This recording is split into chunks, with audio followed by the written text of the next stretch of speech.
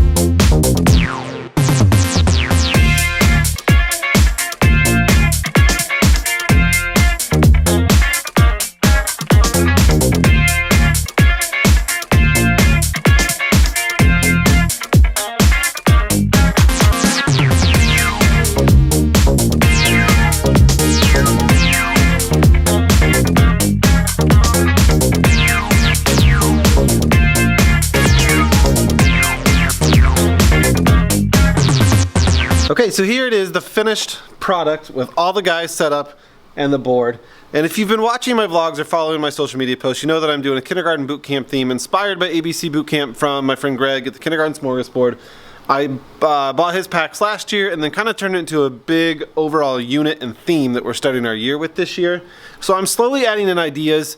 It's the first year of it. There's more that I want to do with it, but as you know, the first year with a unit, you kind of trial and error, experiment different things. And I found some things that work and I found some things that didn't work, but I'm super excited to try this game. So this is just a twist on the classic game of memory. So I bought all these army guys and my neighbor teacher and I, Tiffany next door, were brainstorming ways to use them. I mentioned sorting, doing different things. We're going to try a sink and float activity. She said, what if we put letters on the bottom? And it just clicked and I said we could turn that into a memory game. So I took 52 little soldiers. I got these at the Dollar Tree. It was like $1 for 35 of them, something like that.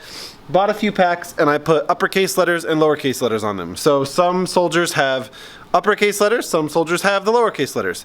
And then I made this big playing board that you saw in the video that we're going to call our battlefield. And this is just, like I said, a twist on classic memory. So they're just going to flip over a soldier.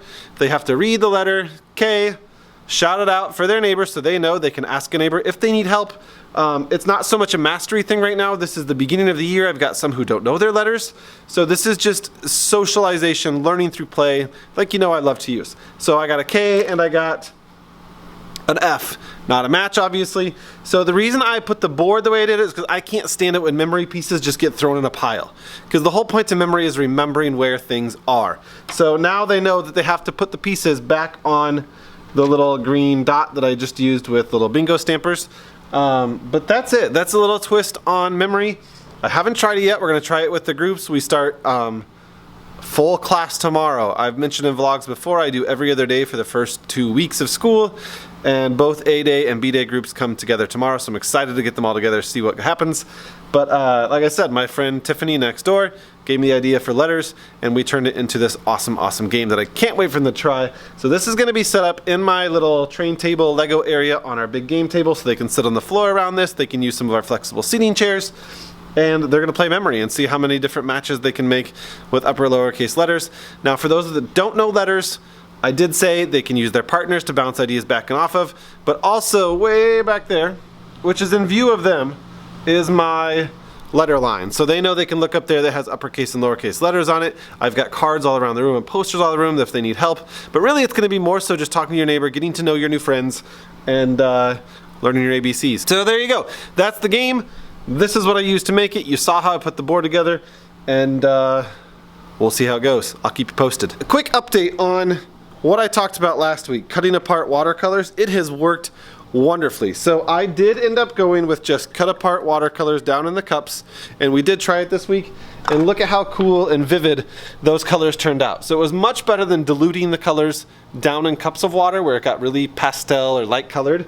Doing this allowed them just to use a little bit of water, a lot of paint, and we got some very, very bright, vibrant colors for their little kindergarten boot camp recruitment posters. So just update on that. It works well. Cut apart your watercolors, drop them in little cups, and then you have certain colors you can and cannot use. And thank you to everybody who shared ideas about taping off certain ones. Those are great ideas on the comments. So you can look at comments below that video if you want to, but there you go. It worked out for me.